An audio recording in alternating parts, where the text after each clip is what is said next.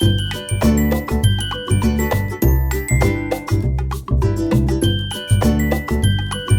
Hello नमस्कार mister and Mrs कडुसकर ब्लॉग्समध्ये तुमचं खूप खूप आणि मनापासून स्वागत।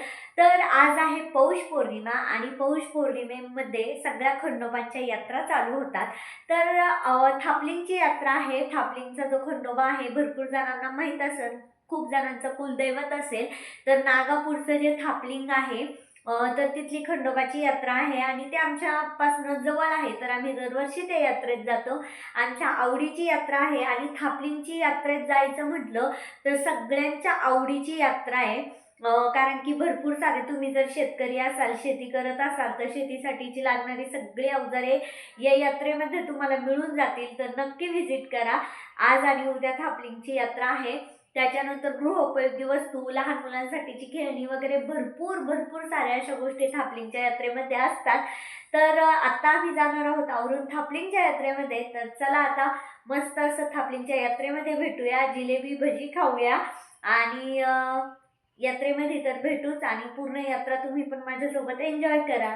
तर थापलिंगच्या यात्रेला गेलो आणि जिलेबी भजी खाल्ली नाही असं कधीच होणार नाही। सगळ्यात पहिली मागवली ती म्हणजे जिलेबी।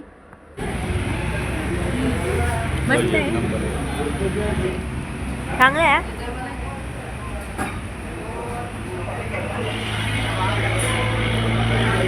तर जिलेबी आणि भजी मागवलीच होती, परंतु तिथे मिसळ देखील खूप छान होती। तर जिलेबी आणि भजीसोबत मिसळ देखील मागवली। मस्त छान अशी एकदम तर्रीदार आणि तिखट झणझणीत अशी मिसळ खाल्ली। भजी देखील खूप छान होते।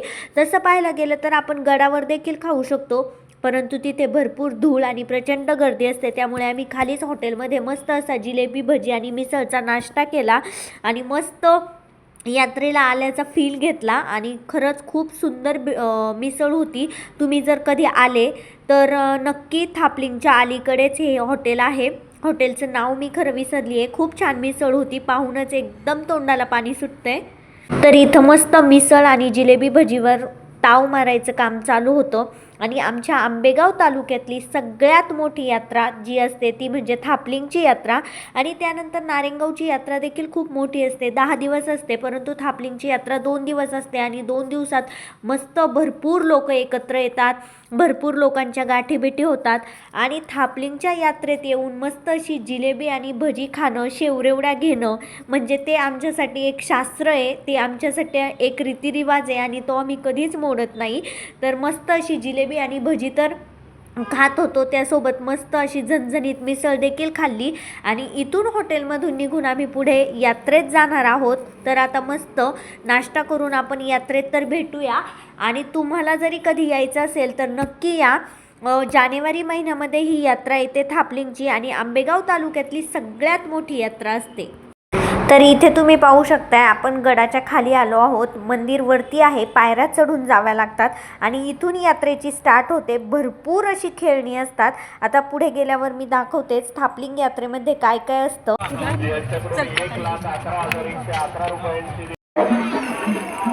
बाबू आवटी यांकडून देखील 100 रुपयाची देणगी प्राप्त होते। यात्रा कमिटीचे वतीने खूप खूप धन्यवाद। त्याचप्रमाणे अनुसूया नक्षत्र बाबळे यांकडून देखील 510 रुपयाची। तर आता इथे आपण पायऱ्या चढून मंदिरात आलेलो आहोत, मंदिराच्या आवारात वरती आलेलो आहोत। इथं जागरण गोंधळ देखील घातले जातात आणि भरपूर जण या दिवशी आपले घरातील जे देव असतात ते घेऊन येथे आलेले असतात यात्रेसाठी। तर तुम्ही जेव्हा थापलिंगच्या यात्रेत याल तुम्हाला अशा भरपूर गोष्टी मिळतील की ज्याने तुम्ही तुमचं घर छान सजवू शकता। तर इथे मी या दादांना विचारलं तर 150 रुपयाला 2 अशी जोडी होती, पण भरपूर सुंदर दिसत होते हे आणि खूप छान घर सजू शकते याने। आणि थापलिंगच्या यात्रेत गेल्यानंतर नुसत्या गृहोपयोगी वस्तू नाही तर खाण्याचे पिण्याचे भरपूर असे स्टॉल असतात। त्यानंतर खेळण्यांचे देखील भरपूर स्टॉल असतात। महिलांसाठी 10 रुपये 20 रुपये असे भरपूर सेल लागलेले असतात आणि मुलांसाठी तर खेळण्यांची पर्वणीच असते आणि 10-20 रुपये असे अगदी अफोर्डेबल गोष्टी खूप असतात। आणि गावच्या यात्रेतील मेन खाऊ म्हणजे शेवरेवड्या, गोडी शेव, पेठा आणि प्रत्येकजण यात्रेत आल्यानंतर आपल्या घरी हा खाऊ सर्वांसाठी नेतो म्हणजे नेतोच आणि हे मेन खाणं आहे।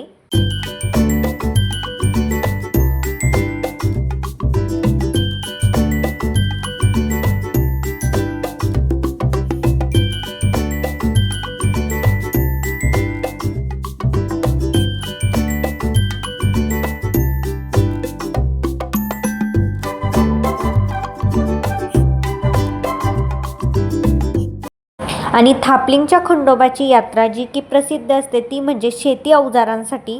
तुम्ही इथे पाहू शकताय. आणि ते उसको छोड़ दे उधर भरे उधर उलटणी फळी चारा हातवाडी दाल तडका पक्कड फक्त 20 रुपये. बोला काका बोला 50. तर गृहोपयोगी वस्तूंपासून तर अगदी शेतीच्या अवजारापर्यंत सगळ्या वस्तू, अशी कोणतीही गोष्ट नाही जी तुम्हाला थापलिंगच्या यात्रेत भेटणार नाही. आणि आम्ही देखील शेतकरी वर्गातून येतो, तर आम्ही देखील येथे विळ्यांची खरेदी करत होतो, कारण की आमच्या शेतात बाजरी असते आणि ती बाजरी कापण्यासाठी आम्हाला विळ्यांची गरज होती. तर आम्ही देखील इथे विळे खरेदी करत होतो आणि भरपूर सारी शेतीची अवजारे जी नाही ती अवजारे तुम्हाला इथे भेटून जातील. तर कधी आलातच आमच्या आंबेगाव तालुक्यात तर नक्की एकदा थापलिंगच्या यात्रेत येऊन पहा. तुम्हाला नक्कीच खूप छान वाटेल आणि भरपूर साऱ्या गोष्टी खरेदी करून जावा. आणि प्राईस देखील खूप अफोर्डेबल असते, जास्त काही किमती सांगत नाही आणि कमी देखील करतात. त्यामुळे आम्ही विळा खरेदी केली. बीड, उस्मानाबाद, कुठं गाव, नेवासा. तर इथे मी या काकूंना विचारत होते तुम्ही कुठून आलेत, तर खरंच खूप लांबनं आल्या होत्या. नेवासा गाव सांगितलं त्यांनी आणि आम्ही देखील त्यांच्याकडे खरेदी केली. जे कष्टाने कमवत आहेत त्यांना आपण सपोर्ट करायलाच हवा असं मला वाटतं. आणि यात्रेत गेला तर किमती अगदी कमी सांगतात, त्यामुळे जास्त कमी करू नका. तर मस्त असे आम्ही विळ्यांची खरेदी केली आणि तुम्ही पाहू शकता इथं घरासाठी तोरण, त्यानंतर क्रॉकरी, कप वगैरे, पायपुसणे, अशा गृहोपयोगी घर सजवण्याच्या भरपूर गोष्टी असतात. आणि हे पाहिल्यावर मला एक गोष्ट आठवली की लहानपणी अशी खेळणी पाहिले की खूप हट्ट करायचो, पण आता त्यात तेवढा काही इंटरेस्ट राहिला नाही. त्यानंतर लेडीजसाठी तर भरपूर अशा गोष्टी आहे, महिलांसाठी खूप सारे ऑप्शन या यात्रेमध्ये असतात. तुम्ही पाहू शकता फिक्स रेट होता 150 रुपयाला. खूप छान छान बॅग होत्या इथं. त्याच्यानंतर ज्वेलरी देखील खूप छान छान, 10-10 रुपये सेल, 20-20 रुपये sale, clips, clutcher, handbag, purse, sling bag, असे खूप सुंदर सुंदर ऑप्शन होते या यात्रेमध्ये आणि अगदी अफोर्डेबल प्राईजमध्ये होते. त्यानंतर पुढे गेल्यावर मी सांगते ना, गृहोपयोगी वस्तू एकदम छान आणि अफोर्डेबल प्राईजमध्ये इथं भेटतात. हे कप होते फक्त 50 रुपयाला 6 कप. तर खूप सुंदर होते आणि क्वालिटी देखील छान होती. असं नाही की किंमत कमी आहे तर क्वालिटी चांगली नाही. त्यानंतर हे तुम्ही पाहू शकता किती छोटे छोटे पोलपाट आहे. लहानपणी आम्ही भांडीकुंडी खेळण्यासाठी हे पोलपाट वापरायचो. तर पाट, देवघरं, त्यानंतर टॉप, अशी खूप साऱ्या गोष्टी आहेत. बॅगपासून तर काय म्हणतात त्याला, आपल्या नखापासून तर डोक्यापर्यंत ज्या ज्या गोष्टी तुम्हाला लागतील त्या सर्व गोष्टी तुम्हाला या यात्रेमध्ये मिळून जातील. टॉईज देखील खूप छान छान टॉईज होते इथे, मला देखील घ्यायची इच्छा होती. त्यानंतर लाटणं, पोलपाट, रवी, ताक घुसायचं, त्यानंतर कुरडईचा चीक हटायचे, चाटू, अशा भरपूर साऱ्या गोष्टी होत्या. आम्ही देखील इथून थोडीशी शॉपिंग केलेली आहे. अरे एक नंबर चप्पल येत आहे 100 रुपयाला. वावरात, डोंगरात, डांगरात, चिखलात, दगडात, पावसात, गटरात, धरणात, कुठं पण वापरा. एक नंबर आले पर कुठं पण वापरा. 100ला एक येते 100 रुपयाला. गंदी घ्या, तिकडे पण इकडे पण 100. ओय वा रे वा, थोडा राहिला. 100 रुपयाला लावलाय. आली का मामा? बरोबर आली का? तर इथे तुम्ही पाहू शकताय भरपूर अशा गृहोपयोगी वस्तू आहेत. डब्बे, डुब्बे, प्लास्टिकच्या भरपूर गोष्टी असतात. त्याच्यानंतर बॅग्स देखील होत्या. आणि इकडं आहे आकाश पाळणा, खूप मोठा होता परंतु मी बसले नाही कारण की मला पाळण्यात बसायचे पैसे वेस्ट वाटतात. त्यानंतर इकडं तुम्हाला सांगितल्याप्रमाणे भरपूर अशी शेतीची अवजारे असतात. भुईमुग शेंगा फोडणीचं यंत्र होतं. आम्ही ते विचारत होतो, 1000 रुपये सांगितले त्यांनी, परंतु आम्हाला तितकंसं काही रिक्वायर्ड वाटलं नाही म्हणून आम्ही घेतलं नाही. पण तुम्ही घेऊ शकताय. खोरं, फावडं, जे नाही ती गोष्ट, कोयत्यापासून खुरप्यापासून सगळ्या गोष्टी तुम्हाला इथे भेटून जातील. त्यानंतर मी हे मुद्दाम व्हिडिओमध्ये घेतलेलं आहे कारण की हा आठवा आपण विसरलेलो आहोत. आपलं पारंपरिक धान्य मोजायचं हे साधन होतं. आत्ता आपण किलोमध्ये मोजतो, तेव्हा आठवा वगैरे असं घेऊन मोजायचे. खूप छान छान बांगड्या होत्या. त्यानंतर मस्त यात्रा फिरलो होतो. खूप ऊन होतं तर छान असा थंडगार ऊसाचा रस पिण्यासाठी आम्ही आलो होतो आणि भरपूर छान वाटतं. असं मस्त घुंगरं फिरत असतात आणि इथं ताजा ताजा ऊसाचा रस काढून दिला जात होता. तर इथं आत्ता आम्ही रस प्यायला आलो आहोत. तर पहा, मस्त असा थंडगार रस पिणार आहोत इथे आणि छान त्यांनी एकदम ताजा ताजा ऊसाचा रस दिला होता. पण त्याच्यामध्ये जरा थोडासा बर्फ नव्हता तर आम्ही बर्फ घेतला त्यांच्याकडनं आणि थंडगार ऊसाचा रस पिलो. मनाला देखील शांतता लाभली कारण की भरपूर ऊन होतं आणि एवढ्या उन्हामध्ये पूर्ण यात्रा फिरत होतो आम्ही. तर मस्त असं ऊसाचा ताजा ताजा रस पिऊन मनाला शांतता वाटली आणि छान असा ऊसाचा रस पिऊन आम्ही निघालोच होतो. तेवढ्यात तुम्ही पाहू शकताय इथे भरपूर गर्दी झाली होती आणि काठी नाचवत होते. याला खंडोबाची काठी देखील म्हणतात.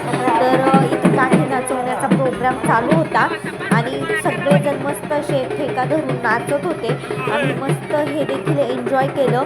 सगळी यात्रा पाहिली आणि इथे भरपूर गर्दी झाली होती कारण की मस्त ते ढोल ताशाच्या आणि संबळाच्या ठेक्यावर ते नाचत होते आणि काठी नाचवत होते. ही काठी नाचवण्याला देखील मान असतो आणि दरवर्षी ती नाचवली जाते.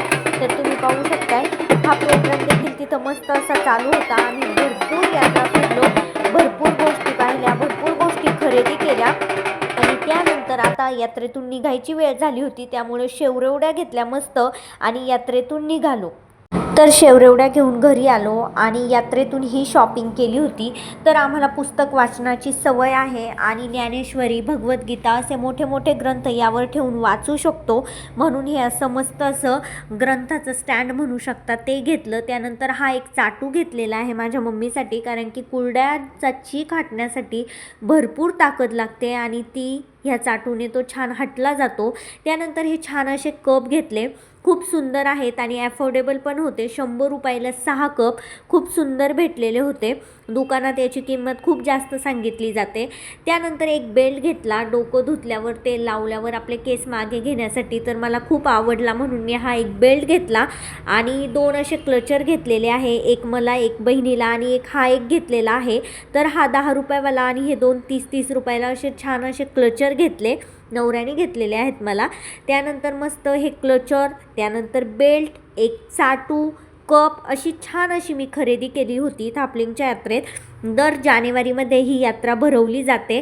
थापलिंगची यात्रा आंबेगाव तालुक्यातील सगळ्यात मोठी यात्रा असते. खूप भाविक भक्त येतात. तुम्ही जर येणार असाल तर नक्की या आणि थापलिंगच्या यात्रेला व्हिजिट करा. व्हिडिओ आवडला असेल तर लाईक करा, शेअर करा, सबस्क्राईब करा. Keep blooming, keep shining. Thank you and please subscribe.